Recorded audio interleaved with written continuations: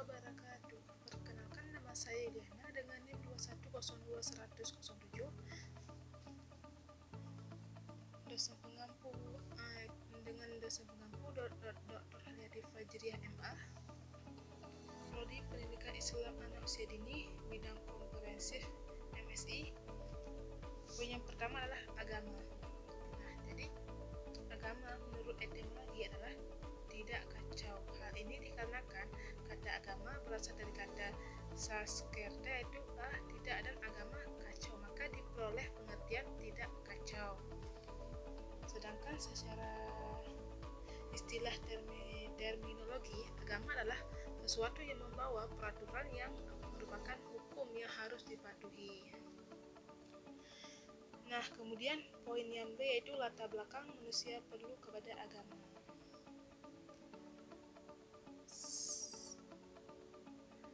Ada 3 alasan yang melatar belakangi perlunya manusia terhadap agama. Yang pertama yaitu adalah fitrah manusia.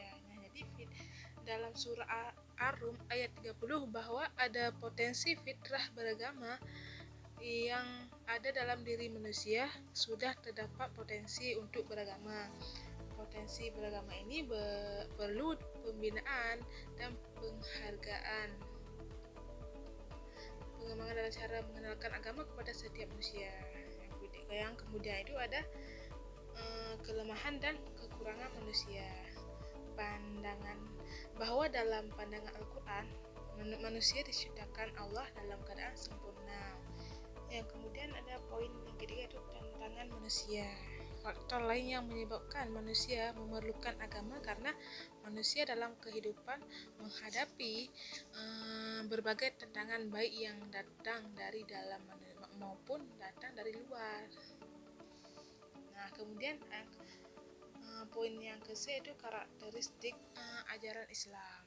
Nah, jadi karakteristik ajaran Islam adalah suatu watak atau karakter yang dimiliki oleh setiap umat muslim dengan berpedoman pada Al-Quran dan hadis dalam berbagai ilmu pengetahuan dan kehidupan manusia dalam bidang agama, muamalah, ekonomi, sosial, politik, pendidikan, kesehatan, dan lain sebagainya.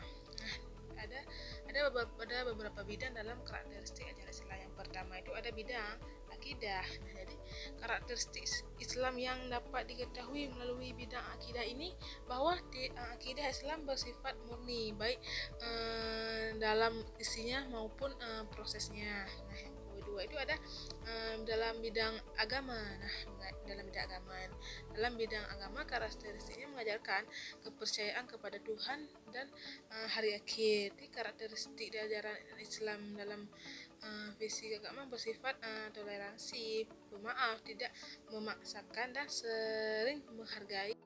Terus dalam bidang ibadah. Nah, jadi dalam bidang ibadah sebagai upaya pendekatan diri kepada Allah dengan menaati segala perintahnya, menjauhi segala larangannya, dan mengamalkan segala yang diizinkannya. Kemudian dalam bidang pendidikan, Islam memandang bahwa pendidikan adalah hak bagi setiap orang, laki-laki ataupun perempuan, dan berlangsung sepanjang hayat. Kemudian dalam bidang sosial, Islam menjunjung tinggi tolong menolong, saling menasihati, kesetiakawanan, kekerjasamaan, dan kebersamaan. Kemudian dalam bidang ekonomi, pandangan Islam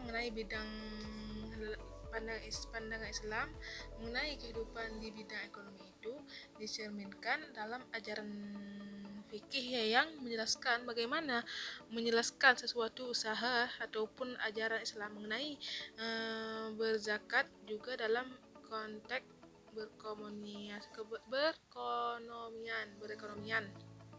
Terus dalam bidang kesehatan, ajaran Islam memegang prinsip pencegahan yang lebih daripada penyembuhan. Prinsip ini berbunyi al-wikayah khair min al-alaj. Terus ada dalam bidang politik, dalam Al-Quran surah An-Nisa ayat 156 terdapat perintah ulil amri. Terjemahannya termasuk penguasaan di bidang politik, pemerintah dan agama. Dalam hal ini Islam tidak menerangkan atau menyuruh ketaatan yang buta, tapi menghendaki sesuatu ketaatan yang kritis dan selektif.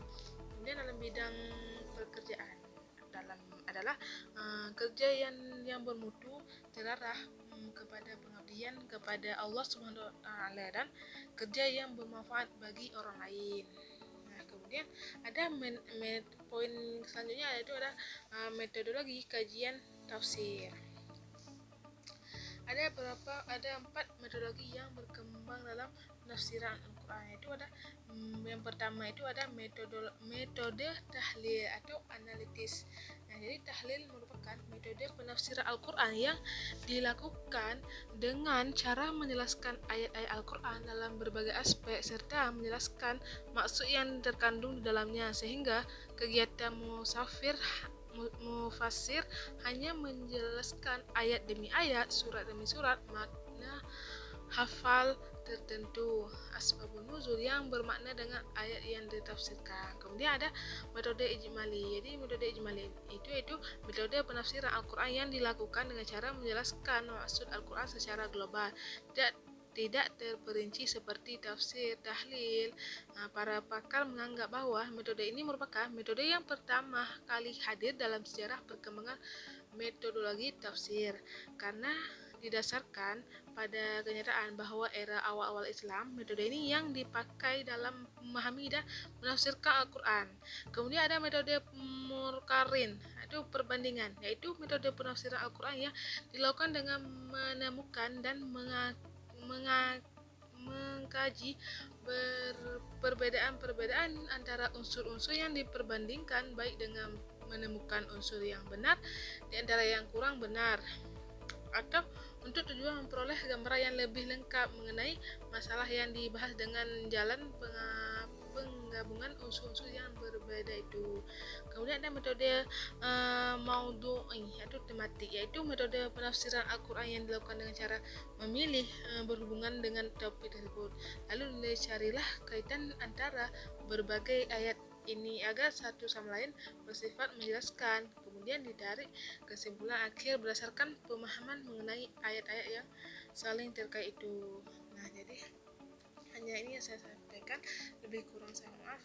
Bila taufiq. Assalamualaikum warahmatullahi wabarakatuh.